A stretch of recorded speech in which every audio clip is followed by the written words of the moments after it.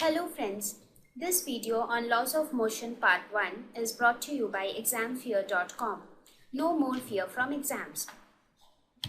The topics which we'll cover in this lesson are Introduction, Aristotle's fallacy, the law of inertia, Newton's first law of motion, Newton's second law of motion, Newton's third law of motion, conservation of momentum, equilibrium of a particle, common forces in mechanics, circular motion, and solving problems in mechanics.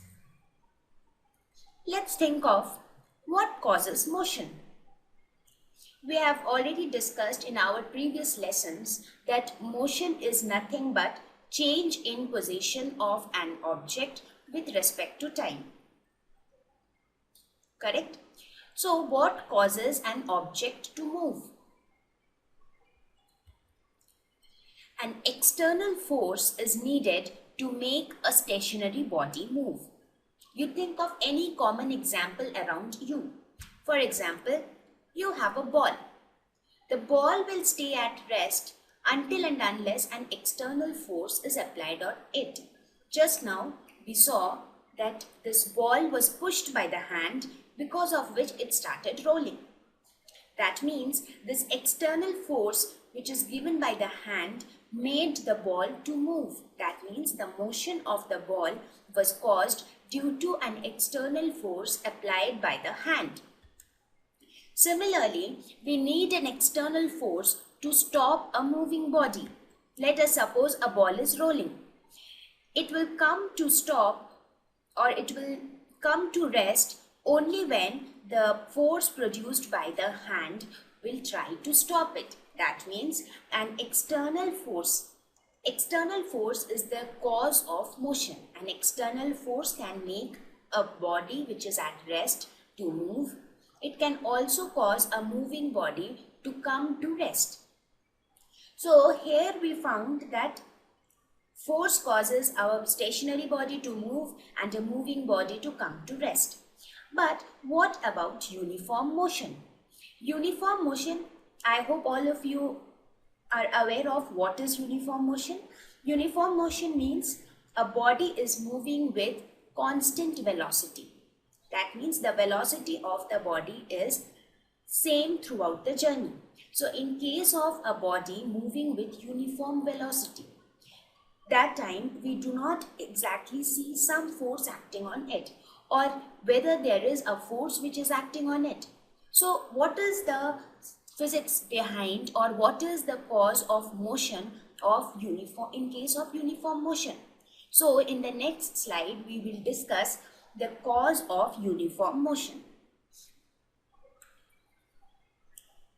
The first law which was given to describe the cause behind uniform motion was given by Aristotle, which is popularly known as Aristotle's law of uniform motion. This law stated that an external force is required to keep a body in uniform motion. That means when a body is in uniform motion, an external force has to be present continuously. That means as long as an external force is present on a body, the body will be in uniform motion. So how did Aristotle come to this conclusion? Aristotle basically thought of such a scenario. Let us suppose this is Ronnie and this is a box which Ronnie ties to a string.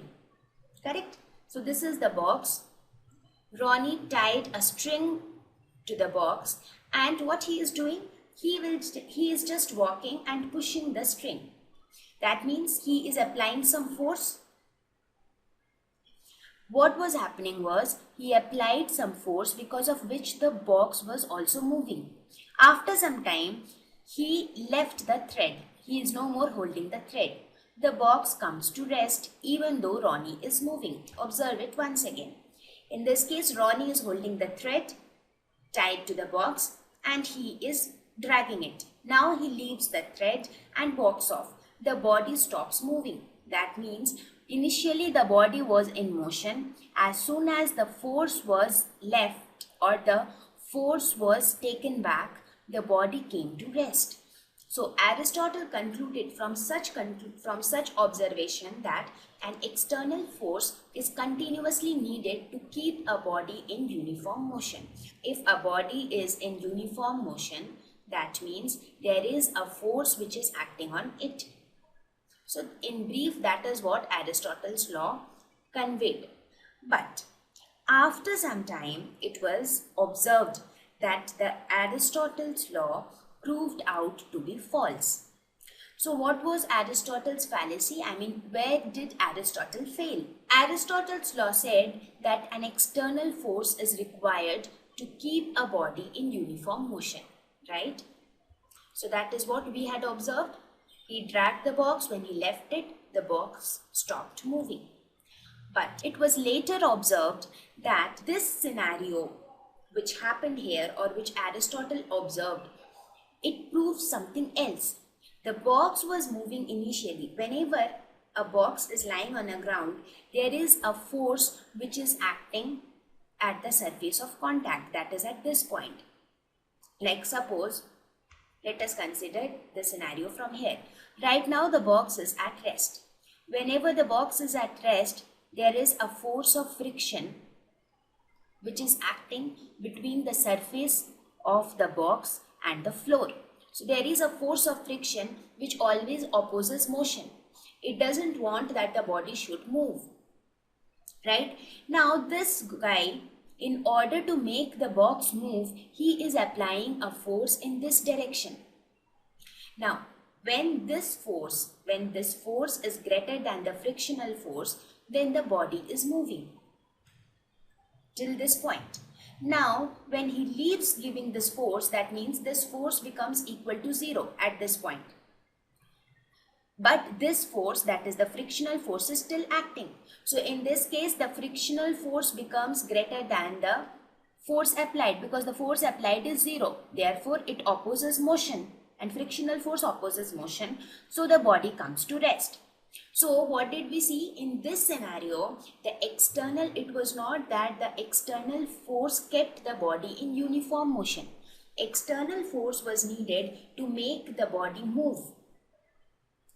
And when the external force was taken aback, due to friction, the body came to rest. So the major role in making the body move and stopping the body was played by the frictional force.